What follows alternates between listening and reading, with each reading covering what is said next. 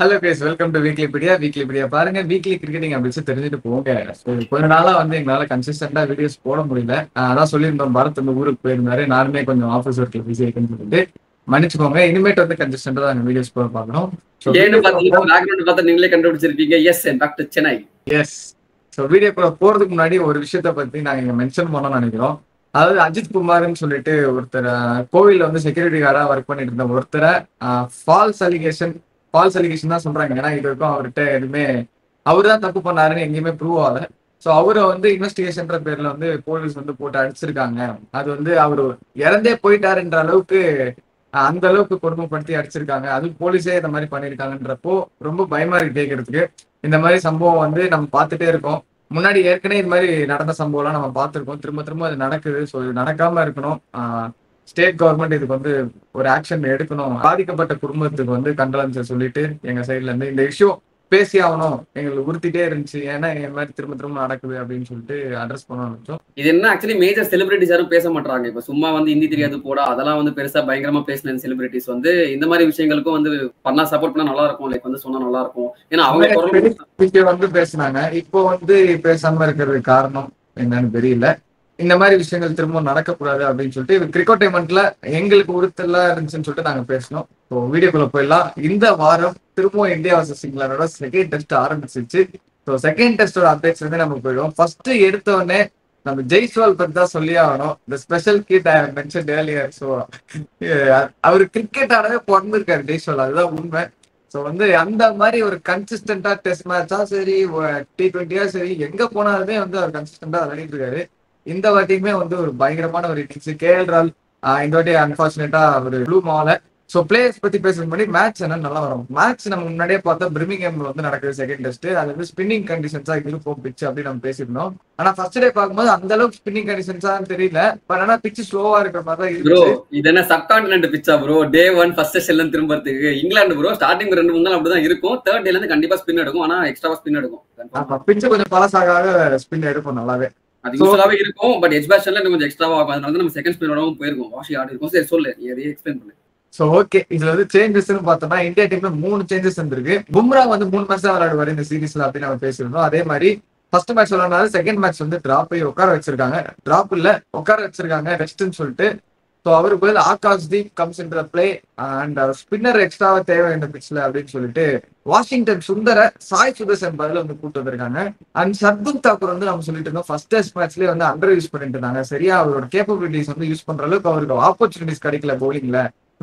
Main stream bowlers வச்சு அவங்க focus பண்ணதுனால சர்துல் தாக்கூர் சும்மா அங்க 2 ஓவர் 3 ஓவர்னு ஒப்பு சப்பா மாதிரி மாத்தி மாத்தி கொடுத்துட்டு இருந்தாங்க. தவிர்த்து கண்டினியூஸா சர்துல் தாக்கூரை இது பண்ணி கொடுக்கலாம். அதுவும் லேட்டா தான் ஓவர்ஸ் எல்லாம் கொடுக்க ஆரம்பிச்சாரு கில்லு அப்படின்னு சொல்லிட்டு நம்ம நிறைய சொல்லிட்டு இருந்தோம்.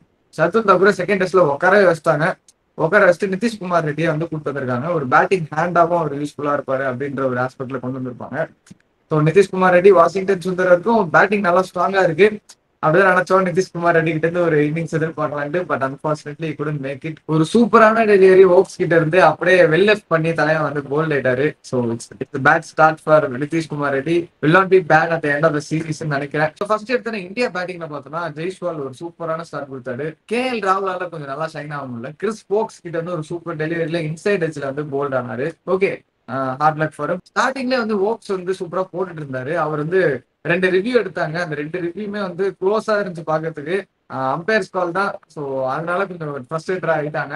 ஆனாலுமே வந்து ஓக்ஸ் வந்து நல்லா போட்டு 2 விக்கெட் எடுத்தாரு இந்த இன்னிங்ஸ்ல. கருண் நாயர் வந்து 1 ரன் வந்தாரு. சாய் சுதர்சன் இல்லைன்னு சொல்லிட்டு கருண் நாயர் ஆட வச்சாங்க.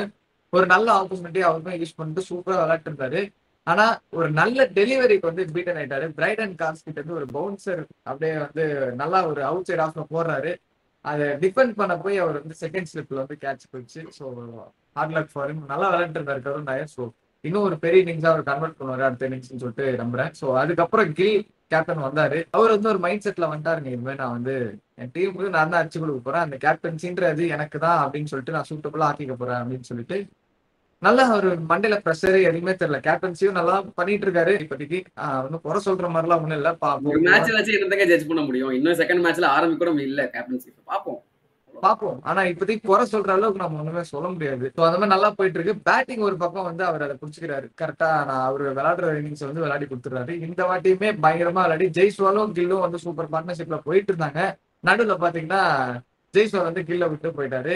ஸ்டோக்ஸ் வந்து அந்த இம்பார்ட்டன்ட் விக்கெட்டை வந்து எடுத்து கொடுத்தாரு. ஜெய்ஸ்வால் அவுட் ஆகி. ஜெய்ஸ்வால் நம்பவே முடியல. ஏன்னா அவர் சூப்பரா ஆடிட்டு இருந்தா, நல்லா டைம் பண்ணிட்டு இருந்தாரு. நல்லா ஐ திங்க் ஒரு ஸ்ட்ரைக் டிப்ரைடா இருந்தாரு ஜெய்ஸ்வால். லைக் ஒரு 8 ஓவர்ல வந்து ஐ திங்க் ஒரு 8 பால் தான் ஃபேஸ் பண்ணியிருந்தாரு. அந்த அளவுக்கு வந்து ஸ்ட்ரைக் டிப்ரைடா இருந்தாரு. ஒரு அன்லைக் ஜெய்ஸ்வால் ஒரு கட்டு மாதிரி ஆட போய் இன்சைட் எட்ஜ் பாட்டம் எட்ஜ் பட்டு கீப்பர் ஜேம்ஸ் ஸ்மித் கேப்ச் அவுட் ஆன உடனே ரொம்ப டிசப்பாயிண்டா இப்படி வந்து நிப்பாரு ஜெய்ஸ்வால். என்னடா இது இப்படி பண்ணிட்டோமே அப்படின்ட்டு. செஞ்சுரி போச்சு அப்படின்னு சொல்லிட்டு 87ல என்னமோ அவுட்டே இருப்பாரு. ஸோ கில் ஒரு பக்கத்துல இருந்தாரு. நெக்ஸ்ட் ரிஷப் பண்ட் வந்தோடனே அவர் ஒரு சூப்பர் ஹேண்ட் ஆடி கொடுத்து ஒரு நல்லா விளையாட்டு இருந்தாரு. நல்லா பொறுமையா விளையாட்டு இருந்தாரு. அன்ஆர்த்தடாக்ஸ் கிரிக்கெட் ரிஷப் பண்ட் வருது அப்படின்னா டிஃபென்ஸ் பொறுமையா இருந்தது. அந்த மாதிரி ஒரு unorthodox cricket for Rishabh Pant வந்து விளையாடிட்டு இருந்தாரு. ஸோ நல்லா தான் விளையாட்டு இருந்தாரு. சோயப் பசீரை பொறுமையா டொக்குடா வச்சிருந்தாரு. பட் ஆனா வந்து ஒரு பால் அடிக்க போகி அவர் வந்து அவுட் ஆயிட்டாரு சோயப் பசீர் கிட்ட. இதுல என்ன காமெடினா, நீ ஸ்கோர் கார்டு பாத்தீங்கன்னா உங்களுக்கு வந்து 42 balls 25 இருக்கும். அது என்ன இது என்னடா ஸ்லோன்னு சொல்றீங்க அப்படின்னா, நீங்க இன்னிங்ஸ் பாத்தீங்கன்னா உங்களுக்கு தெரியும் ரிஷப் பண்ட் ஸ்லோவா தான் ஆடினாரு. இதுவே வந்து நாங்க ஸ்லோன்னு சொல்றோம்னா அப்ப பாத்துக்கோங்க பண்ட் எப்படி ஆடிட்டு இருந்திருக்காரு இத்தனை நாளான்ட்டு. பண்ட் ஆனா அந்த இன்னிங்ஸ் சிச்சுவேஷனுக்கு ஏற்ற மாதிரி கரெக்டா ஆடிக்கிறாரு.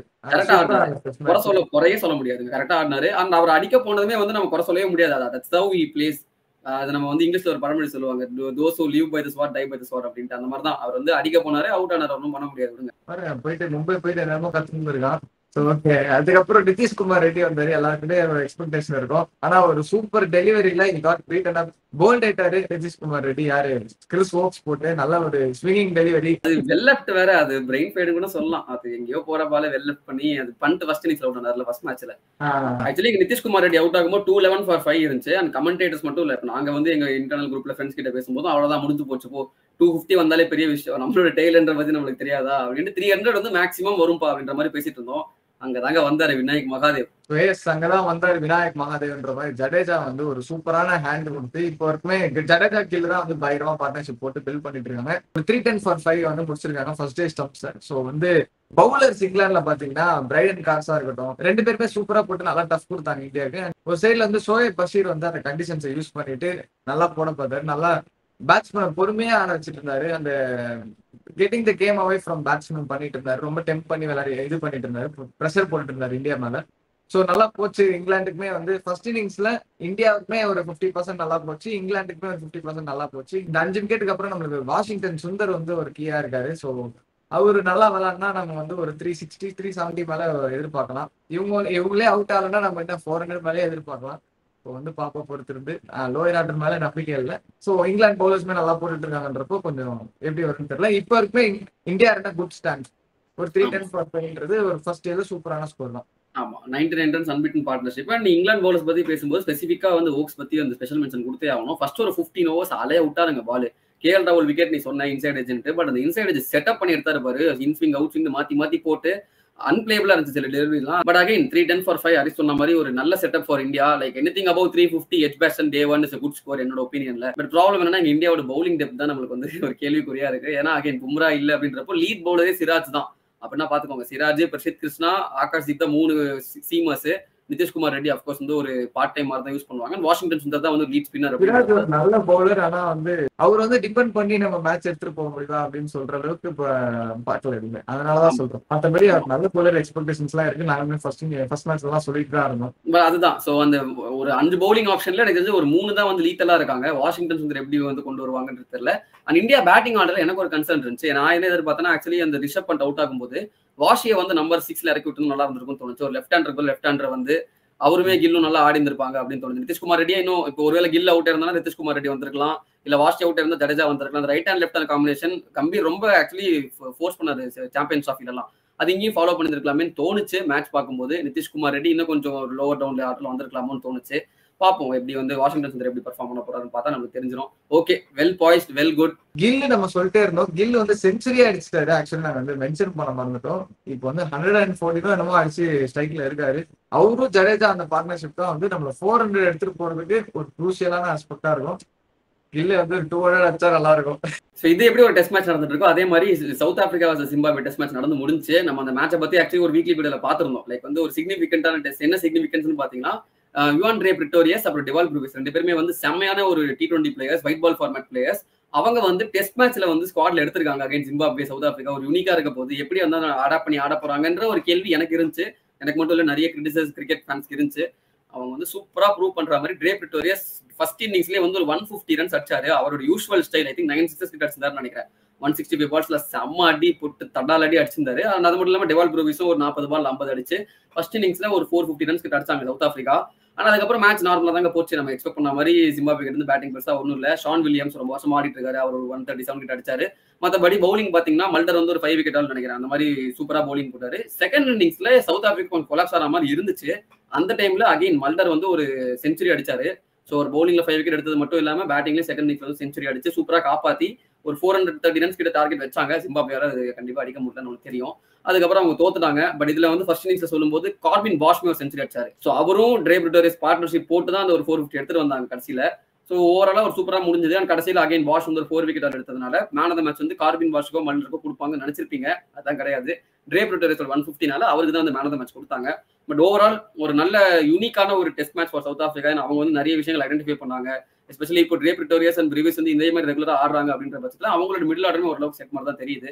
ஜிம்பாப்வே கூட ஆடினதை வச்சு நம்ம சொல்ல முடியாதுதான், ஒத்துக்கிறேன். பட் ஸ்டில் ஒரு ஃபியூச்சர் ஃபார் சவுத் ஆப்பிரிக்கான்னு பார்க்கும்போது இவங்க தான் இருப்பாங்களோ அப்படின்ற மாதிரி இருக்கு கன்சிடரிங் தேர் ஏஜ். சரி, ஓகே, இந்த மேட்ச் பார்த்தாச்சு. அடுத்து இன்னொரு டெஸ்ட் மேட்ச் வந்து வெஸ்ட் இண்டீஸ்ல நடக்குது அகைன்ஸ்ட் ஆஸ்திரேலியா. இதுல போன வீக்லி பீரியட் வந்து பாத்தீங்கன்னா வாய் தவறி நான் வந்து சமார் ஜோசப் பதிலா அல்ஜாரி ஜோசப் அப்படின்னு சொல்லிட்டேன். சரி விடுங்க, எல்லாம் வந்து நம்ம ஜோசப் தானே, என்ன அதனால என்ன பூனா எல்லாம் நம்ம அப்பாவை ஒரே டீம் தான், மன்னிச்சு விட்டுங்க அப்படின்னு சொல்லிட்டு போக முடியாது. ஒத்துக்கிறேன், தப்பு தான். சரிங்களா? பட் இதுதான் முன்னாடி சொன்ன மாதிரி நாங்க ஒரு ப்ரெஷர்ல இருந்து நாங்க ரெக்கார்ட் பண்ணோம். நைட் மார்னிங் ரெக்கார்ட் பண்ணதுனால இது ரீசனா சொல்ல மிஸ்டேக் தான். பட் ஓகே, அதே சம்மர் ஜோசப் தான் பாத்தீங்கன்னா ஃபர்ஸ்ட் இன்னிங்ஸ்ல ஒரு 4 விக்கெட் எடுத்தாரு சொன்னோமா. செகண்ட் இன்னிங்ஸ்ல வந்து ஒரு 5 விக்கெட் எடுத்து 9 விக்கெட் டோட்டல் அவர் எடுத்திருந்தாரு.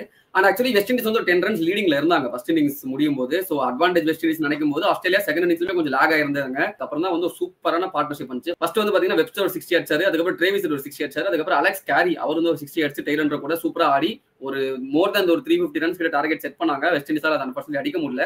ஹேசல்வுட் சூப்பரா ஒரு 5 விக்கெட் எடுத்தாரு. அது மட்டும் இல்லாம மேஜர் டாக்கிங் பாயிண்ட் அந்த மேட்ச்ல வந்து தேர்ட் அம்பையர் தான். நிறைய டெசிஷன்ஸ் வந்து அகைன்ஸ்ட் வெஸ்ட் இண்டீஸ் போயிடுச்சு. டேரன் சாமி தான் வந்து பயங்கரமா வந்து கிரிட்டிசைஸ் பண்ணாங்க. டேரன் சாமி மட்டும் இல்ல, நியூவா அப்பாயிண்ட் அந்த ராஸ்டன் சேஸ் வெஸ்ட் இண்டீஸ் ஸ்கிப்பரும் கூட பயங்கரமா வந்து தேர்ட் அம்பையர் மேல கேள்வி எல்லாம் கேட்டிருந்தாங்க. லைக் இந்த டிசிஷன்ஸ் எல்லாம் எப்படிங்க கொடுத்தீங்க அப்படின்ற மாதிரி எக்கச்சக்க விஷயங்கள் வந்து டாக்கிங் பாயிண்டா இருந்துச்சு. பட் அன்பார்ச்சுனேட்லி அந்த விஷயம் வந்து ஷுடன்ட் ஹவ் டேக்கன் பிளேஸ் நடந்துருச்சு. But Hazlewood topped 5 wickets எடுத்தாரு. அண்ட் சமார் ஜோசப் பத்தி பேசும்போது அவர் 44 ரன்ஸ் பேட்டிங் அடிச்சாரு. குவிக் ஃபயர் 25 பால்ஸ் கிட்ட அடிச்சு சூப்பரா அவர் பேட்டிங் ஆடினாரு. பத்தல, அவ்வளவுதான், தோத்துட்டாங்க வெஸ்ட் இண்டீஸ், முடிஞ்சு போச்சு. செகண்ட் டெஸ்ட்ல வந்து பாத்தீங்கன்னா Steve Smith is going to make his comeback. அது வந்து முடிவு பண்ணிட்டாங்க. ஆக்சுவலி இன்னைக்கு இந்த வீடியோ Thursday ரெக்கார்ட் பண்ணோம்னா Thursday மேட்ச் ஆரம்பிச்சிடும் 7:30க்கு.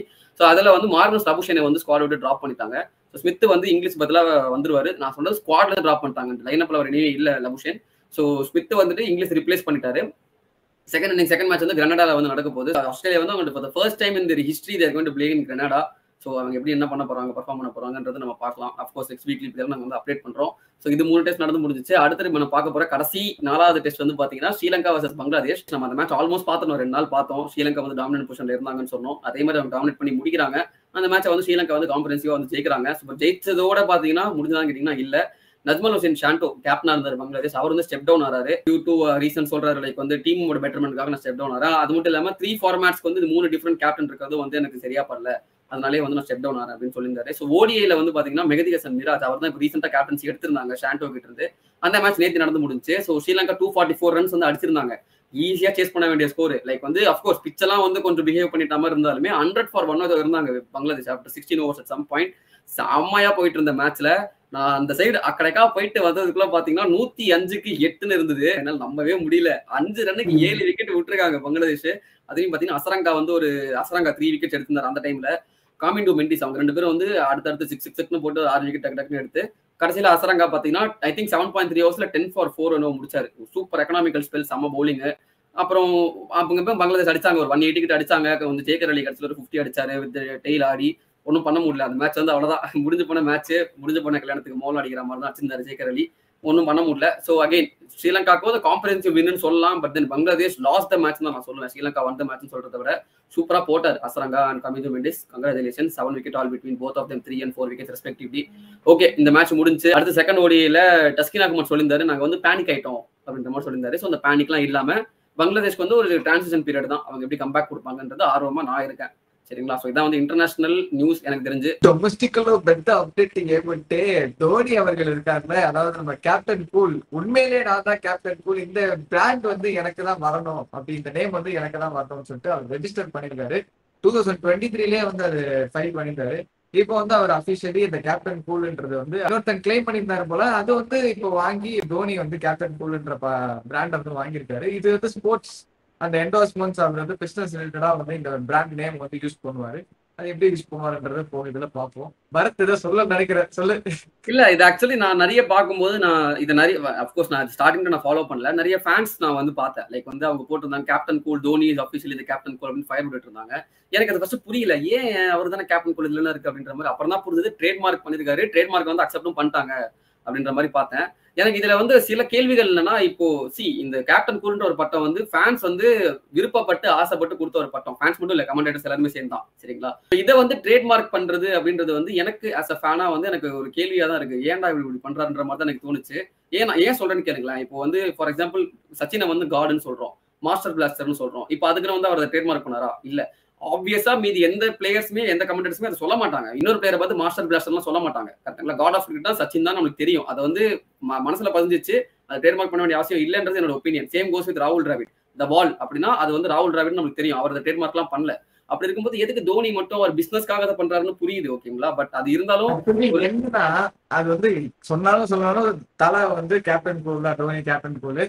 கேன் வில்லியம்சன்மே இப்போ கேப்டன் கூல் அப்படின்னு சொல்லிட்டு ஃபேன்ஸ் எல்லாம் வந்து சில பேர் வந்து அவங்க வில்லியம்சன் ஃபேன்ஸ் எல்லாம் அடிச்சுக்கிறாங்க. அப்போ இவரு பாட்ட கேப்டன் கூல் இல்லையான்னு அதெல்லாம் விட்டுருங்க, தோனி கேப்டன் கூல் தான். என்னன்னா ஆசையே வச்ச ஒரு பட்டத்தை எது பிசினஸ் யூஸ் பண்றீங்க? அது ஒண்ணு கரெக்ட். இப்ப அதையும் தாண்டி எனக்கு ஒரு விஷயம் என்னன்னா, ஒரு கான்ஃபிளிக்ட் ஆஃப் இன்ட்ரெஸ்டும் இது மூலியமா வரும் அப்படின்னு எனக்கு தோணுது. இப்போ நான் ஒரு எக்ஸாம்பிள் சொல்றேன். கமெண்டேட்டர்ஸ் வந்து பேசிட்டு இருக்காங்கன்னு வச்சுக்கோங்களேன். இப்போ வந்து ஒரு மேட்ச் நடக்குது, மும்பை வர்சஸ் சிஎஸ்கே, ஒரு ஐபிஎல் ஃபைனல்ஸ் நடக்குதுன்னு வச்சுக்கோமே. மும்பை வந்து ஹர்திக் பாண்டியா கேப்டன்சி பண்ணிட்டு இருக்காரு. அவர் வந்து மேட்ச் வந்து ஒரு கேப்டன்சியா சூப்பரா கூலா இருந்து ஜெயிச்சு கொடுக்குறாரு. நடக்காது சாமி, சும்மா ஒரு எக்ஸாம்பிள் சொல்றேன், சரியா. ஜெயிச்சு கொடுத்துட்டாரு அப்படின்னா கமெண்டேட்டர் வந்து ஒரு ஃப்ளோல ஒரு எக்ஸைட்மெண்ட்ல வந்து ஹர்திக் பாண்டியா கேப்டன் கூல் அப்படின்னு சொல்லிட்டாரு அப்படின்னா, அப்ப எப்படி தோனி வந்து கேஸ் போடுவார் அந்த கமெண்டேட்டர் மேல? ஏன்னா கேப்டன் கூல் நான் தான், நீங்க எப்படி ஹர்திக் பாண்டியா வந்து கேப்டன் கூல் சொல்லலாம்? அப்ப நீங்க யாரையுமே கேப்டன் கூல் சொல்ல முடியாது அதுக்கப்புறம்ன்றதுதான் வந்து என்னோட கேள்வி. சோ இது வந்து கேட்கறதுக்கு அகைன் இது வந்து இல்லடா அப்படிலாம் பண்ண மாட்டாருன்னு சொன்னாலும் இந்த மாதிரி கேள்விகள் தேவையில்லாம வருது பாத்தீங்களா. இது வந்து கொஞ்சம் அவாய்ட் பண்ணிருக்கலாமோன்னு எனக்கு தோணுது. ஃபேன்ஸ் ஆசையா கொடுத்த ஒரு பட்டத்தை வந்து ஹரிஷ் சொன்ன மாதிரி பிசினஸ் யூஸ் பண்றது தப்புன்னு தான் எனக்கும் தோணுது ஆனஸ்டா. அடுத்து நம்ம அப்படியே யூஎஸ்ஏ பார்க்க போனோம்னா எம்எல்சி நடந்துருச்சு நம்ம பார்த்தோம். அண்ட் அதுல வந்து ஒரு பெரிய அப்டேட்டா வந்து பாத்தீங்கன்னா சியாட்டில் ஆர்காஸ்ட் மேனேஜ்மெண்ட்ல ஒரு பெரிய சேஞ்ச் வந்திருக்கு. கேப்டன்சில இருந்து கிளாஸ்ல வந்து விலகினாரு. அதே சமயத்துல வந்து பாத்தீங்கன்னா மேத்யூ மாட் வந்து ஹெட் கோச்சா இருந்தாரு. அவரை வந்து அந்த டீம் தூக்கிட்டாங்க. எங்களுக்கு வந்து நிறைய டிஸ்கிரிபன்சிஸ் இருக்கு with their coaching staff, coaching mentality அப்படின்ட்டு வந்து தூக்கிட்டாங்க. தூக்குனதுக்கு அப்புறம் சிக்கந்தர் ராசா வந்து கேப்டன் அப்பாயிண்ட் பண்றாங்க. அப்போ வரைக்கும் பாத்தீங்கன்னா சியாட்டில் ஆர்காஸ்ட் 10ல வந்து 10 தோத்துருந்தாங்க. அதாவது போன சீசனும் சேர்த்து 10 மேட்ச்ல 10 மேட்ச் தோத்துருந்தாங்க. இந்த சீசன் வரைக்குமே பாத்தீங்கன்னா வந்து 5 மேட்ச்ல 5 மேட்ச் தோத்துருந்தாங்க, சரிங்களா. 0 பாயிண்ட்ஸ் இருந்தாங்க. அது லக்கா கோஇன்சிடென்ஸா இல்ல உண்மையிலேயே மேட் வர்த்தான்னு தெரியல. சியாட்டில் ஆர்காஸ்ட் அதுக்கு அடுத்து நடந்த 3 மேட்சுமே 3 out of 3 ஜெயிச்சுட்டு இப்போ வந்து கொஞ்சம் அந்த டாப் ஃபோர்த் பிளேஸ் பொசிஷன் தான் இங்க போட்டியே, சரிங்களா. அந்த 4th பிளேஸ் பொசிஷன்ல வந்து டாப்ல இருக்காங்க 6 பாயிண்ட்ஸோட. அவங்களுக்கு அடுத்து இருக்கிற டீம் வந்து Mumbai New York with 2 points. So வந்து இன்னும் 2 மேட்ச் இருக்கு சியாட்டில் ஆர்காஸ்க்கு. வேற எம்ஐ நியூயார்க்குக்கும் சரி, நைட் ரைடர்ஸ்க்கும் சரி, எல்ஏ நைட் ரைடர்ஸ்க்குமே வந்து 3 மேட்ச் பாக்கி இருக்கு. 2 பேருமே 2 பாயிண்ட்ஸ் இருக்காங்க. ஸோ அந்த 4th பிளேஸ்ல யார் முடிப்பாங்கன்றத எங்க கேள்வி. ஆனா அதையெல்லாம் தாண்டி சியாட்டில் ஆர்காஸ்ட் ஜெயிச்சாங்க, ஓகே. பட் அது யாரா ஜெயிச்சு கொடுத்தாங்க அப்படின்னு பாத்தீங்கன்னா 3 மேட்சுமே தொடர்ந்து அடிச்சது ஒரே ஆள் தான். அந்த ஒரே ஆள் யாருன்னு பாத்தீங்கன்னா நாங்க ஃபுல்லா கழுவி ஊத்தணும். ஐபிஎல் ஃபுல்லா கழுவி ஊத்தணும். இந்த ப்ரிவியூல கூட வந்து இவரெல்லாம் இருந்தா இந்த டீம் உருப்பிடுவாங்க, கண்டிப்பா ஆட வைக்க கூடாதுங்க அப்படின்லாம் சொல்லிட்டு இருந்த ஒரு பிளேயரு சிம்ரன் நெட்மயருங்க. அவர் வந்து எம்ஐ நியூயார்க்கு அகைன்ஸ்டா ஃபர்ஸ்ட் ஒரு 95 வச்சாரு எம்ஐ நியூயார்க்கு. அப்போ வந்து நியூயார்க்ல வந்து செஞ்சுரி வச்சாரு பூரன், சரிங்களா. அந்த மேட்ச் செம்ம chase. In fact highest chase in MLC history கூட அது 237 240 சேஸ் பண்ணாங்க, சரிங்களா. அது ஓகே, அது ஒண்ணு. ரெண்டாவது மேட்ச் அகைன் 200+ டார்கெட் இருந்துச்சு. திரும்ப சிம்ரன் நெட்மயர் வந்து பாத்தீங்கன்னா ஒரு 27 balls 67 அடிச்சு அதுவும் திரும்ப ஜெயிக்க வச்சாரு. திரும்ப third match the team was completely out of the game. Out of nowhere he came again, he sat, he conquered ன்ற மாதிரி தான் ஒரு செம்மையான ஒரு 65 I think somewhere around that score. But anyway 3 மேட்ச்லயே ஒரு அன்பீட்டனா இருந்து ஃபினிஷ் பண்றாங்க மனுஷன்.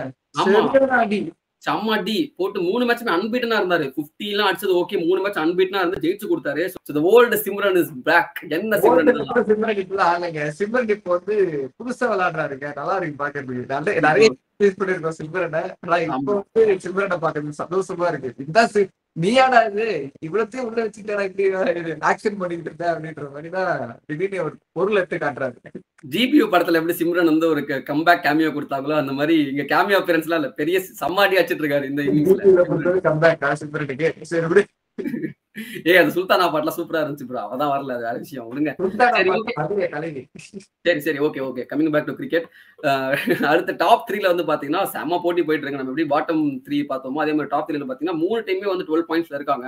இன்னைக்கு இந்த வீடியோ நாங்க ரெக்கார்ட் பண்ணும்போது டிஎஸ்கே, அதாவது டெக்சாஸ் சூப்பர் கிங்ஸ், அவங்க வந்து பாத்தீங்கன்னா ஒரு செமையா ஒரு 5 ஓவர் சேஸ், லைக் வந்து ஒரு actually rain affected match, 5 over match சூப்பரா ஜெயிச்சாங்க. அண்ட் அதுலயுமே வந்து இப்போ ஐ திங்க் செகண்ட் இந்த டேபிள் இருக்காங்க.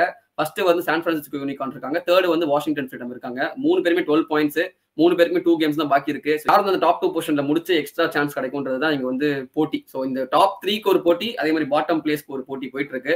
அண்ட் டிஎஸ்கே பத்தி பேசும்போது செம்ம பர்ஃபார்மன்ஸ்ங்க. லைக் ரொம்ப நாள் கழிச்சு ஒரு டிஎஸ்கே டீம் வந்து சூப்பரா பர்ஃபார்ம் பண்றாங்க. நான் கலாய்ச்சிருந்தேன் ரிவ்யூல, இந்த டீம் வந்து தானா சேர்ந்த கூட்டம், யாரா அவங்களை கூப்பிட்டதுன்ற மாதிரி ஆடிட்டு இருக்காங்க அப்படின்ட்டு. பட் உண்மையிலே இந்த வருஷம் பாத்தீங்கன்னா ஃபாஃப் டு பிளஸி ஒரு கேப்டன்ஸ் நாக்கு 2 செஞ்சுரி அடிச்சாரு. அப்புறம் பவுலிங்ல வந்து பாத்தீங்கன்னா அக்கேல் ஹுசைன் திடீர்னு அவர் கூட்டம் வந்தாங்க. அவர் வந்து பவர் பிளேல வந்து செம்மையா பவுலிங் போட்டு நிறைய மேட்ச் ஜெயிச்சு கொடுக்குறாரு. Donovan Ferreira out of nowhere எங்க இருந்தா வந்து அடிக்க ஆரம்பிக்கிறாரு. செம்ம அடி. இன்னைக்குமே வந்து பாத்தீங்கன்னா 9 பால்ல 37 அடிச்சிருந்தாரு. செம்ம அடி அடிச்சாரு, ஒரு 6 அடிச்சாரு. சுபம் ரஞ்சானே நான் வந்து சொல்லியிருந்தேன், லைக் ப்ரிவியூலுமே வந்து செம்ம பிக்குங்க, ஃபர்ஸ்ட் டிராஃப்ட் பிக்கா எடுத்தாங்க அப்படின்னு சொல்லியிருந்தேன். அவருமே வந்து சூப்பரா பேட்டிங் ஆடிட்டு இருக்காரு. ஆல் செட்டா இருக்கு. அது என்னோட ஒப்பீனியன்ல எனக்கு தெரிஞ்சு டாப் 2 வந்து டிஎஸ்கே முடிப்பாங்க, அதுக்கப்புறம் சான் பிரான்சிஸ்கோ யூனிகார்ன் முடிப்பாங்கன்னு நினைக்கிறேன். ஃபைனல்ஸ்மே மோஸ்ட் அந்த 2 டீமுக்குள்ள தான் இருக்கும், TSK versus San Francisco Unicorn. 2 டீம்ல யார் வேணா ஜெயிக்கலாம். ஆன்சர் சொல்லணும், எனக்கு வந்து டிஎஸ்கே ஜெயிக்கணும்னு ஆசை. But San Francisco Unicorn is nothing short of great. அவங்களும் சூப்பரா பர்ஃபார்ம் பண்ணிட்டு இருக்காங்க. பட் எதர் இந்த 2 டீம்ல ஒரு டீம் கப் அடிப்பாங்கன்னு தோணுது. என்னோட பிக் வந்து டிஎஸ்கே. ஏர்லியா சொல்லிடுறேன். ஸோ எப்படி இருக்குன்றத வந்து பார்ப்போம். நல்லா பர்ஃபார்ம் பண்றாங்க. ஸ்டார்டிங்ல சொன்னேன் இவன் கலாய்ச்சிருந்தான், செமிஃபைனல் குவாலிஃபை ஆகும்னு சொல்லியிருந்தேன். அக்செப்ட் பண்ணிக்கணும். அவ்வளவுதான். சோ எனக்கு பிடிச்ச டீம் நான் சொல்றேன், அவ்வளவுதான். இதுல என்ன இருக்கு, போங்க. இதுதான் வந்து எம்எல்சி முடிஞ்சது. அடுத்து நம்ம அப்படியே டிஎன்பிஎல் சைடு வந்தோம் அப்படின்னு பாத்தீங்கன்னா, டிஎன்பிஎல் இதே மாதிரி தான் எனக்கு பிடிச்ச டீம் அப்படின்ட்டு வந்து ஐ ட்ரீம் திருப்பூர் தமிழன்ஸ் வந்து கப் அடிப்பாங்கன்ற மாதிரி சொல்லியிருந்தேன். அதுக்கு ஏத்த மாதிரியே வந்து அவங்க கப் அடிச்சாங்கன்னு கப்பலாம் அடிக்கல. But one step closer to the cup. Like வந்து qualifier 1 against the unbeaten CST Chepauk super கில்ஸ்க்கு அகைன்ஸ்டா ஆடினாங்க. பட் வந்து அவங்க ஜெயிக்கவும் செஞ்சாங்க. சிஎஸ்டி ஆஸ் எஸ் அன்பீட்டன்றப்போ 7 மேட்ச் லீக் ஸ்டேஜ்ல 7 மேட்சுமே ஜெயிச்சுட்டு உள்ள வந்தாங்க.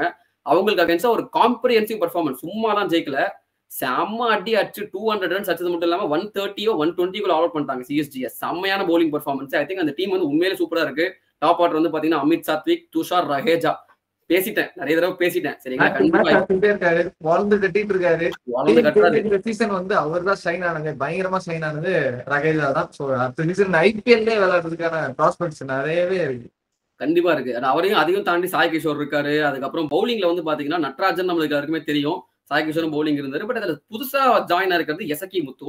ஃபர்ஸ்ட் மேட்ச் பார்த்தோம், சூப்பரா பர்ஃபார்ம் பண்ணாரு. செகண்ட் மேட்ச் வந்து நான் சொல்லியிருந்தேன், லைக் வந்து எக்ஸ்பென்சிவா போனாரு. இந்த வேக்கப் கால் கண்டிப்பா எசக்கி முத்துக்கு தேவை, நல்ல விஷயம். இந்த மேட்சே வந்ததுன்றது நல்ல விஷயம் சொல்லியிருந்தேன். அண்ட் அதுக்கு ஏற்ற மாதிரி ஒரு இம்ப்ரூவ் பண்ணி இப்போ சூப்பரா போடுறாருங்க. என்னமா போடுறாரு அவரு. அந்த மதிவானன் காம்பினேஷன்ல பவுலிங் செமையா இருக்கு. ஸோ எனக்கு தெரிஞ்சு அகைன் ஒரு வெல் ஆயில் லைனப்பா இருக்காங்க ஐடிடி. ஐ திங்க் குவாலிஃபயர் 2 வந்து திண்டுக்கல் டிராகன்ஸ்க்கும் சேப்பாக் சூப்பர் கில்ஸ்க்கும் ஒரு சூப்பரான பேங்கரான ஒரு மேட்ச். டாப் 2 டீம்ஸ் விளையாட போறாங்க. டாப் 2 டீம்ஸ்ல என்ன பெரிய 2 டீம்ஸ் விளையாட போறாங்க. எஸ், எந்த டீம் ஜெயிக்கிறாங்களோ ஐடிடிக்கு அகைன்ஸ்டா ஃபைனல்ஸ் இருக்கும். ஐடிடி ஜெயிக்கும்ன்றது என்னுடைய தாட், என்னோட ப்ரெடிக்ஷன். ஸோ அது பொறுத்து தான் பார்க்கணும். ஆர்சிபி பத்தி நம்ம பேசி ஆகணும். எஸ், அந்த ட்ரிபியூனல் அந்த ஸ்டாம்பீட்ல நடந்த இன்சிடென்ட் பத்தி ட்ரிபியூனல் இன்வெஸ்டிகேஷன் போயிட்டு இருந்துச்சு அப்படின்னு நம்ம சொல்லிட்டு இருந்தோம்ல. அந்த ட்ரிபியூனல் இப்போ வந்து அனௌன்ஸ் பண்ணிருக்காங்க. இது மாதிரி பெங்களூர்ல இப்போ வந்து ஆர்சிபி ஏதாவது நடத்தணும், இப்போ செலிப்ரேஷன் ஏதாவது நடத்தணும் அப்படின்னா 7 days ப்ரியராகவே வந்து பெர்மிஷன் வாங்கணும். ஆனா இந்த வாட்டி ஆர்சிபியும் அந்த டிஎன்ஏ அந்த ஈவென்ட் மேனேஜ்மெண்ட்டும் சேர்ந்து காலையில 8 மணிக்கு ஒரு போஸ்டர் போட்டுட்டு ஈவினிங் 3:30 மணிக்கெல்லாம் அந்த கூட்டம் வர ஆரம்பிச்சிச்சு. 5 மணிக்கு ஸ்டார்ட் பண்றாங்க அந்த ஈவெண்ட்டை. அது எப்படின்னு சொல்லிட்டு ட்ரிபியூனல் வந்து வன்மையா வந்து கண்டிக்கிறாங்க. இந்த 2 பேர் தான் காரணம் இந்த இன்சிடென்ட் நடந்திருக்கு அப்படின்னு சொல்லிட்டு ஒரு பெரிய ஆக்ஷன் எடுக்கிறதுக்கும் வாய்ப்பு இருக்கு ஆர்சிபி மேனேஜ்மெண்ட் மேல. இது வந்து ஐபிஎல்ல லைக் ஐபிஎல் கலங்கம் வர மாதிரி ஒரு விஷயம் நடக்குது, ஒரு பிரான்சைசி கிட்ட இருந்து வருது அப்படின்னாலே அந்த டீம் வந்து சஸ்பெண்ட் பண்றதுக்கோ பேன் பண்றதுக்கோ வாய்ப்பு இருக்கு. அது வந்து ஆர்சிபி மேல தப்புன்னு சொல்லிட்டாங்க. சோ வந்து நம்ம எல்லாருமே ஆர்வமா தான் இருக்கோம், அது எப்படி வந்து எடுத்துட்டு போறாங்க. ஐபிஎல் கமிட்டியும் சரி பிசிசியும் சரி 2 பேரும் சேர்ந்து கலந்துரையாடி அது என்ன பண்ண போறாங்க அப்படின்றது பார்க்கணும். ஆர்சிபியை வந்து ஐ திங்க் சஸ்பெண்ட் பண்ற அளவுக்கு எல்லாம் தெரியல. ஸ்பான்சர் மாத்துவாங்களா மேபி, அதுதான் நினைக்கிறேன். அந்த டேகோன்ற அந்த ஸ்பான்சர் அந்த கம்பெனி ஓனர் வந்து மேபி மாத்தலாம். மேபி நடந்தா அது நடக்கலாம். சஸ்பெண்ட் ஆன அளவுக்கு சான்ஸ் இல்ல, ஓகே, இதான் நல்லா வரும் சொல்லணும் நினைச்சோம். இன்னும் ஆக்சுவலி 2 நியூஸ் இருக்கு. நம்ம பழையபடி இங்கிலாந்துக்கே போயிடலாம். சரிங்களா? ஃபர்ஸ்ட் அதுல வந்து பாத்தீங்கன்னா கவுண்டி சாம்பியன்ஷிப் நடந்துட்டு இருக்கு. நம்ம பொதுவா வந்து வைட்டாலிட்டி பிளஸ் தான் வந்து இந்த சேனல்ல கவர் பண்ணிட்டு இருந்தோம். கவுண்டி சாம்பியன்ஷிப் வந்து கவர் பண்ணாம இருந்தோம். இந்த வாரம் கவுண்டி சாம்பியன்ஷிப் கவர் பண்ண வேண்டிய கட்டாயத்துல இருக்கோம். ஏன்னு பாத்தீங்கன்னா 2 விஷயம். ஒண்ணு வந்து திலக் வர்மா. அப்கோர்ஸ் அவர் வந்து போன வீக்லி விடையில பார்த்தோம். ஆம்ஷேர்ல வந்து ஜாயின் பண்ணி ஒரு செஞ்சுரி அடிச்சாருங்க ஃபர்ஸ்ட் மேட்ச்லயே அப்படின்னு பார்த்தோம். அவரோட ஃபார்மை திரும்பவும் கண்டினியூ பண்ணி இந்த தடவையும் வந்து பாத்தீங்கன்னா ஃபர்ஸ்ட் இன்னிங்ஸ்ல வந்து ஒரு சூப்பரான 50 செம்ம கிரிட்டி நாக்கு ஒரு 130 பால் ஏதோ அடிச்சாரு. செம்மையா ஸ்லோவா ஆடினாரு. செகண்ட் இன்னிங்ஸ்லயும் வந்து பாத்தீங்கன்னா ஒரு 47 சம்திங் அடிச்சு செம்மையா பெர்ஃபார்ம் பண்ணிட்டு இருக்காரு. 3 மேட்ச்ல அவருக்கு வந்து 203 runs with an average close to 68 வச்சிருக்காரு. இங்கிலாந்து கண்டிஷன்ஸ்ல ஃபார் தி ஃபர்ஸ்ட் டைம் ஆடுறாரு. பட் செம்மையா ஆடி இருக்காரு. So I think it's wake up call for others as well. Like வந்து திலக் வர்மா எடுங்கடா டெஸ்ட்ல அப்படின்ற கூட சொல்லலாம். ஒரு ஆல் ஃபார்மேட் பிளேயரா ரெடி ஆறாரா அப்படின்றது கேள்வி. அப்படியே வந்து பாத்தீங்கன்னா கலீல் அகமது அவர் வந்து எஸ்எக்ஸ் டீம்ல வந்து ஜாயின் பண்ணி இப்போ ரீசெண்டா யார்க்ஷயருக்கு அகைன்ஸ்டா பவுலிங் போட்டாரு. சூப்பரா பவுலிங் போட்டாருன்னு சொல்லணும் எனக்கும் ஆசை தான். ஆனா அப்படிலாம் ஒன்றும் போடல. அடிச்சு தோச்சிட்டாங்க. 2 இன்னிங்ஸ்லயுமே வந்து மோர் தேன் ஃபர்ஸ்ட் இன்னிங்ஸ்ல 4.8 எக்கானமி வச்சிருந்தாரு. செகண்ட் இன்னிங்ஸ்ல வந்து கம்மியா தான் போட்டார். 4 ஓவர் 24 ரன் கொடுத்தாரு. பட் அகைன் தோத்துட்டாங்க எஸ்எக்ஸ். அதனால வந்து பெருசா ஒரு சைட்ல இருந்து இம்பாக்ட் எதுவும் இல்ல. ஆனா அவங்க கோச் வந்து பயங்கரமா வந்து பிரைஸ் பண்ணாங்க. கலீல் அகமது வந்து எங்க டீமுக்கு வந்து ஒரு பெரிய அடிஷனா இருக்காரு. ஸோ இந்த மேட்ச்ல பெருசா பர்ஃபார்மன்ஸ் கொடுக்கல அப்படின்னாலும் ஒன் டே கப்பா அவர் ஆட போறாரு. ஸோ அதெல்லாம் வந்து பயங்கரமா இம்பாக்ட் கொடுப்பாருன்ற நம்பிக்கை எங்களுக்கு இருக்குன்னு சொல்லியிருக்காரு. இது 2 நியூஸ். 3வது நியூஸ் தான் வந்து தடாலடியான ஒரு நியூஸ். சரே எனக்கு பிடிச்ச டீம்னு உங்களுக்கு தெரியும். அவங்க என்ன பண்ணிருக்காங்கன்னு பாத்தீங்கன்னா சம்பவம் பண்ணி வச்சிருக்காங்க. 820 ரன்ஸ் அடிச்சு வச்சிருக்காங்க. என்ன அப்படின்றீங்க? அதுவும் வந்து இது வந்து ஆக்சுவலா கிளப் ரெக்கார்ட் சரேக்கு. கவுண்டி ரெக்கார்ட் நினைப்பீங்க. கவுண்டி ரெக்கார்டு வந்து ஆக்சுவலி அதை தாண்டி வந்து 3 ஸ்கோர்ஸ் இருக்கு. இதை வந்து 4th ஹையஸ்ட் ஸ்கோர். 820 ரன்ஸ் அதுவும் எப்படி நார்மலா அடிக்கல. 145 ஓவர்ல ஏதோ அடிச்சாங்க. கிட்டத்தட்ட வந்து 5 அந்த ரன் ரேட்ல இருந்துச்சு. சரிங்களா? 5 பாயிண்ட் சம்திங் ரன் ரேட் இருந்துச்சு. செம்ம அடி அடிச்சாங்க. அது வந்து டாமினிக் சிபிலி வந்து ஒரு 300 அடிச்சாரு. அவரு இங்கிலாந்துக்கு ஆடிக்கார முன்னாடி நம்மளுக்கு தெரியும். அவர் 300 அடிச்சாரு. அதை தாண்டி வந்து பாத்தீங்கன்னா டான் லாரன்ஸ் ஒரு செஞ்சுரி அடிச்சாரு. வில் ஜாக்ஸ் செஞ்சுரி அடிச்சாரு. சாம் கரன் செஞ்சுரி அடிச்சாரு. 800 ரன்ஸ்ன்றப்ப எல்லாம் அடிச்சிருந்தாங்க நமக்கு தெரியும். பட் இதுலயும் அந்த ஸ்பெசிஃபிக்கா சொல்லணும் டான் லாரன்ஸ்க்கும் டாமினிக் சிபிலிக்கும் இருந்த பார்ட்னர்ஷிப் ஒரு 340 runs partnership in just 320 balls more than 6 run rate வச்சிருந்தாங்க. போட்டு அடி அடி அடி அடின்னு அடிச்சிட்டே இருந்தாங்க. பட் அது வந்து ஒரு டாக்கிங் பாயிண்டும் இருந்துச்சு. ஏன்னா வந்து ஃபர்ஸ்ட் இன்னிங்ஸ் ரெஸ்ட்ரிக்ட் பண்ணிட்டாங்க. பட் செகண்ட் இன்னிங்ஸ்ல வந்து மேட்ச் வந்து டிராவா முடிஞ்சிச்சு. சரிங்களா? நிறைய பேர் வந்து சரே ஃபேன்ஸ் வந்து என்ன சொன்னாங்கன்னா நீங்க சரே 820 எல்லாம் போறதுக்கு அந்த ரெக்கார்டு சேஸ் பண்றதுக்கு பதிலா 600லயே வந்து டிக்ளேர் பண்ணிட்டு ஜெயிச்சிருந்திருக்கலாம் மேட்சை. நீங்க வந்து நல்ல ரன் ரேட் அடிச்சீங்க ஓகே தான். பட் ஸ்டில் அந்த 2-3 ஹவர்ஸ் வந்து நீங்க எடுத்திருந்தீங்கன்னா செகண்ட் இன்னிங்ஸ்ல ஆல் அவுட் பண்ணிருக்கலாம்ன்ற மாதிரி பேசிட்டு இருந்தாங்க. ஓகே பட் எனிவே சரே வந்து அந்த மேட்சை டிராப் பண்ணிட்டாங்க. ஸோ இதான் வந்து கவுண்டி சாம்பியன்ஷிப் அப்டேட்ஸ். இந்த வீக் மட்டுமே நிறைய 500+ ஸ்கோர்ஸ். கவுண்டில வந்து அது நார்மலே கிடையாது. ஏன்னா நம்ம பாக்குறோம் இங்கிலாந்து கண்டிஷன்ஸ்ல 350 வந்து ஒரு பாஸ் ஸ்கோர்னு சொல்றோம்ல. மோஸ்டா அப்படிதான் இருக்கும். 350 400 450 தான் வந்து நார்மல் ஸ்கோரா இருக்கும். இந்த வீக் வந்து பாத்தீங்கன்னா எக்கச்சக்க 450 500 600 650 எல்லாம் வாட்ஸ்டர் அடிச்சாங்க. இப்போ 820 சரி அடிச்சிருக்காங்க அப்படின்றப்போ இங்கிலாந்து பிச்சஸும் பேட்டிங் பண்ணி ட்ராக்ஸா மாறுதா அப்படின்றத இங்க வந்து கேள்வி. அவங்களும் T20 ஏத்தாப்புல பிச்சஸ் கொண்டு வராங்களா? தயவு செஞ்சு பண்ணிடாதீங்க. இங்கிலாந்து கிரிக்கெட் போர்டு ஒரு தலைமையான வேண்டுகோள். ஏன்னா அங்கதான் வந்து ஈக்குவலா இருக்கும். பேட்டிங்கும் போலிங்கும் நார்மலா ஈக்குவலா இருக்கும் அப்படின்றப்போ அது மாத்த வேணான்றது என்னோட ஒப்பீனியன். சரி ஓகே இது பார்த்துட்டோம். இதுக்கு அடுத்து அப்படியே இங்கிலாந்து நடக்கிற இன்னொரு match India under nineteen vs England under nineteen. 3 match நடந்து முடிஞ்சிருக்கு. அதுல 2 மேட்ச் வந்து இந்தியா வந்து காம்பரன்சிவா ஜெயிச்சிட்டாங்க. இங்கிலாந்து வந்து ஒரு மேட்ச் ஜெயிச்சாங்க. அந்த ஒரு மேட்ச்மே வந்து ரொம்ப க்ளோஸா போய் 1 விக்கெட் டிஃபரன்ஸ்ல ஜெயிச்சாங்க. இந்த 3 மேட்ச்லயுமே டாக்கிங் பாயிண்டா இருக்கிற ஒரே ஒரு பிளேயர் யாருன்னு பாத்தீங்கன்னா S Vaibhav Suryavanshi number 18 jersey போட்டுட்டு ஆடிட்டு இருக்காரு. நிறைய கோலி ஃபேன்ஸ் எல்லாம் கேக்குறாங்க ஏங்க நீங்க மட்டும் சச்சின் டெண்டுல்கர் ஜெர்சியை ரிட்டையர் பண்ணீங்க, தோனி ஜெர்சி ரிட்டையர் பண்ணீங்க, ஏங்க கோலி ஜெர்சியை மட்டும் ரிட்டையர் பண்ணாம ஆடிட்டு இருக்கீங்க அப்படின்ட்டு. ஆக்சுவலி ஐ திங்க் அது காரணம் கோலி இன்னும் ரிட்டையர் ஆகல. அதனால கூட ரீசனா இருக்கலாம். அவர் ஒன் டே ஆடிட்டு இருக்கிறதுனால அந்த ஜெர்சி ரிட்டையர் பண்ணாம இருக்காங்க. ஏன்னா பிருத்வி ஷா வந்து நம்பர் 10 ஜெர்சி போட்டுருந்தாரு நாம இருக்கு அண்டர்-19 ஆடும்போது. ஸோ மேபி அது ஒரு ரீசனா இருக்கலாம். So once Kohli retires I think they will obviously retire number 18 Jersey. அது வரைக்கும் வைபவ் சூரியவன்சி போட்டு ஆடிட்டு இருக்காரு. அந்த அவனை போட்டு அடிக்கிறானுங்க ட்விட்டர்ல. அவரை போட்டு அடிக்கிறத விடுங்க, அவர் அடிக்கிறாரு பாருங்க மேட்சுக்கு மேட்ச். உண்மையா சொல்றேன் மச்சி, நான் 14 வயசு மாதிரி அந்த பையனுக்கு தெரியவே இல்லை. அது ஒரு சர்ச்சை போகுது, அது வேற விஷயம். அது விடுவோம். நான் சீரியஸா சொல்றேன். எல்லாரும் போட்டு பொழந்து எடுக்கிறாரா. இப்போ ரீசெண்டா ஒரு மேட்ச், ஒரு ரெயின் அஃபெக்டட் மேட்ச், சரியா 40 ஓவர்ல சேஸ் பண்ணோம். ஸ்டார்டிங்லேயே வந்து ஒரு 30 பால்ல 85 அடிச்சு வச்சிருக்காரு. மனசாட்சி இல்லாம 9 6 அடிச்சு வச்சிருக்காரு. மனுஷனே கிடையாது உண்மையிலேயே. அதான் உண்மை. 3 மேட்ச்ல I think he has the most runs நினைக்கிறேன். I think second most runs என்னன்னு தெரியல. ஸ்ட்ரைக் வந்து பாத்தீங்கன்னா மோர் தென் 250 வச்சிருக்காரு. It speaks is playing ODI by the way, not even T20. So one for the future டெஃபினட்டா. நிறைய வந்து technical difficulties எல்லாம் இருக்கு அப்படின்னு நம்ம சொல்லியிருந்தாலும் வைபவ் சூரியவன்சி ஸ்டில் வச்சு செய்யறாரு. ஸோ ஆமா. ஸோ வந்து நல்லா ஆடுறாரு. அவங்க கண்டிப்பா ஃபியூச்சர்ல வந்து 15 இயர்ஸ் டெபியூ பண்ணா கூட ஆச்சரியப்படுறதுக்கு இல்லை. அதான் வந்து உண்மை. சரி ஓகே, இதான் வந்து மென்ஸ் அப்டேட். இந்தியா இங்கிலாந்து எல்லாம் பார்த்தாச்சு. அடுத்து உமன்ஸ் அப்டேட்லயும் வந்து பாத்தீங்கன்னா இதே இந்தியா இங்கிலாந்து தான். இங்கிலாந்துக்கு வந்து அப்படியே குடும்பமா கூட்டு போயிட்டாங்க. நீ வா இந்தியா ஏ, வா இந்தியா மெயின் டீம், வா இந்தியா அண்டர்-19, வா உமன்ஸ் டீம், நீ எதுக்கு சும்மா இருக்க, நீயும் வா அப்படின்னு அவங்களையும் கூட்டு போயிட்டு இங்கிலாந்துல ஆடினாங்க. First match super performance by India, செம்மையா ஆடி சூப்பரான பெர்ஃபார்மன்ஸ். ஃபர்ஸ்ட் மேட்ச் வந்து இந்தியா காம்பரன்சிவா ஜெயிச்சிட்டாங்க. அதுல வந்து நோட்டபிள் மென்ஷன்ஸ் பாத்தீங்கன்னா Smriti Mandhana, she had scored her first ever T20 international century. சூப்பரான பெர்ஃபார்மன்ஸ். அதுல வந்து நோட்டபிள் மென்ஷன் பாத்தீங்கன்னா வந்து Shafali Verma is back in T20 setup. அவங்க வந்து நடுல ஆடாம இருந்தாங்க. ஸோ திரும்ப அவங்க வந்த உடனே அந்த ஸ்மிருதி மந்தனா ஷஃபாலி வர்மா காம்பினேஷன் சூப்பரா இருக்கு. நடுவில் வந்து ஸ்மிருதி மந்தனா வந்து அந்த 100 அடிச்சதுக்கு அப்புறம் ஸ்டாண்ட்ஸை பார்த்து இப்படி தம்ஸ் அப் காமிச்சிருப்பாங்க. அது என்னன்னு சொல்லிட்டு இன்டர்வியூல அவங்க கேட்கும்போது அவங்க சொல்லுவாங்க லைக் அவங்க முன்னாடி மேட்சஸ் எல்லாம் வந்து 70s 60s அவுட் ஆயிட்டு இருந்தாங்க நிறைய அப்படின்னு சொல்லிட்டு ட்ரெஸ்ஸிங் ரூம்ல நீ உன் கேலிபரை வேஸ்ட் பண்ணிட்டு இருக்க அப்படின்னு சொல்லிட்டு இன்னொரு ஃபீமேல் கிரிக்கெட்டர் ஜெமிமா ராட்ரிகஸ் அவங்க வந்து சொல்லிட்டு இருந்தாங்க போல. சோ இவங்க வந்து செஞ்சுரி அடிச்சுட்டு அப்படி ஒரு தம்ஸ் அப் சூப்பரா காமிச்சிருக்காங்க. நல்லா இருந்துச்சு. ஷஃபாலி ஸ்மிருதி மந்தனான்னு சொல்லும்போது இன்னொரு விஷயம் என்னன்னா, இந்த பேர் இருக்காங்க பாத்தீங்களா, so they have scored the most number of runs as a partnership in WT20I history. So அதுமே வந்து செம ரெக்கார்டு. 2 பேர் சேர்ந்து அதிக ரன்ஸ் அடிச்சிருக்காங்க பார்ட்னர்ஷிப்ன்றப்போ உண்மையில அதுவுமே வந்து சூப்பரா இருக்கு. அண்ட் தேர்ட் நோட்டபிள் மென்ஷன் பாத்தீங்கன்னா ஸ்ரீ சரணி அப்படின்ட்டு வந்து டெல்லி கேபிட்டல்ஸ் காரணம் ஒரு அந்த பார்த்தோம் அண்டர்-19 ஸ்பின்னர். அவங்க வந்து பாத்தீங்கன்னா ஒரு 3 விக்கெட் ஆல் எடுத்து சூப்பரா பர்ஃபார்ம் பண்ணி இந்தியா வந்து ஜெயிக்க வச்சிருந்தாங்க ஃபர்ஸ்ட் மேட்ச்ல. செகண்ட் மேட்ச்ல வந்து பிரிஸ்டல் ஆடும்போது இந்தியா வந்து கொஞ்சம் ததிகினத்துவம் போட்டிருந்தாங்க. எஸ்பெஷலி வந்து 30 for 3 வந்து இருந்தாங்க 6 ஓவர்ஸ்ல. ஹர்மன்பிரீத் கவுர் வந்து ஆக்சுவலி கவுர் வந்து ஃபர்ஸ்ட் மேட்ச் ஆடல due to illness. Second match வந்து பேக் டு ஸ்குவாட் நல்லா பர்ஃபார்ம் பண்ணுவாங்க. அவங்கள அவுட் ஆயிட்டாங்க. 30 for 3 இருந்து இந்தியாவோட பேட்டிங் டெப்த் கொஞ்சம் வீக்கா தான் இருந்துச்சுன்னு நினைச்சிட்டு இருந்த போது தான் அமன்ஜோத் கவுரும் ஜெமிமா ராட்ரிகஸ் ஒரு பார்ட்னர்ஷிப் போட்டாங்க. 2 பேருமே 50+ அடிச்சு 180 வரைக்கும் கொண்டு போனாங்க. அப்பவே தெரியும் பிரிஸ்டல்ல 180ன்றது வந்து மோர் தென் பார் ஸ்கோர். இங்கிலாண்டால வந்து 140க்கு மேல அடிக்க முடியல. ஸோ வந்து 2 மேட்சுமே ஆக்சுவலி ஸ்பீக்கிங் இந்தியா காம்பரன்சிவா ஜெயிச்சிருக்காங்க. நல்ல சில ஹிக்கப்ஸ்லாம் இருந்துச்சு செகண்ட் மேட்ச்ல. இருந்தாலும் பவுலிங் வந்து சூப்பரா இருக்கு. நான் எக்ஸ்பெக்டே பண்ணலங்க ஆனஸ்டா. ஏன்னா வந்து நிறைய பேர் இல்ல, ரேணுகா சிங் இல்ல, அதுக்கப்புறம் வந்து எக்கச்சக்க மெயின் பவுலர்ஸ் வந்து இல்ல அப்படின்றப்போ தீப்தி சர்மா தான் லீட் பவுலர். அப்படி அந்த மாதிரி போனாங்க. ராதா யாதவ் வந்து ரொம்ப நாள் கழிச்சு ஆடுறாங்க. அதுக்கப்புறம் ஸ்ரீ சரணி ஒரு டெபியூட்டன்ட், அமன்ஜோத் கவுர் வந்து ஒரு பார்ட் டைம் பவுலர் தான்.